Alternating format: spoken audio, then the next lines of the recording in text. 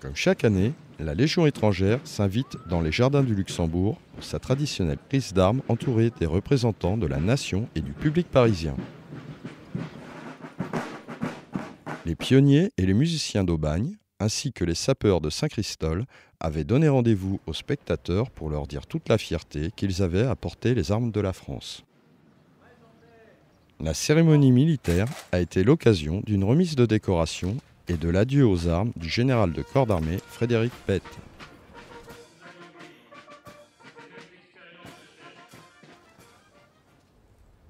Fait exceptionnel, un légionnaire a été nommé caporal en récompense de sa conduite exemplaire sous le feu de l'ennemi en Afghanistan.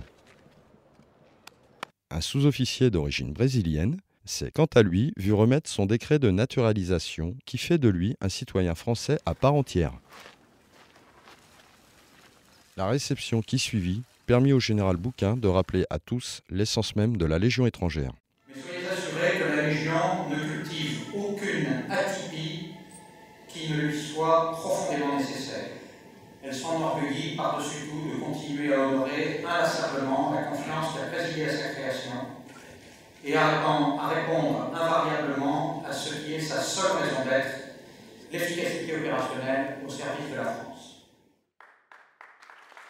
Dans un autre registre, deux personnalités ont reçu officiellement leur galon de première classe d'honneur de la Légion étrangère, Maître Allegrini et Monsieur Étienne de Montetti.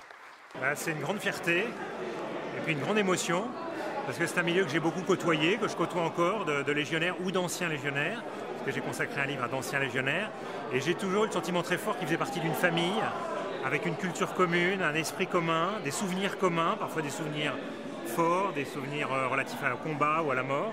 Et l'idée de pouvoir approcher cette famille, entrer dans cette famille par cette distinction me remplit de joie.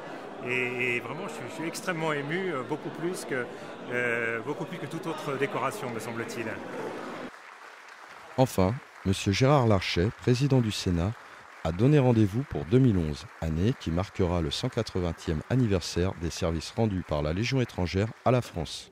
D'autant que l'an prochain, nous fêterons les 180 ans de la création de la Légion étrangère. Les régiments qui ont servi servent et serviront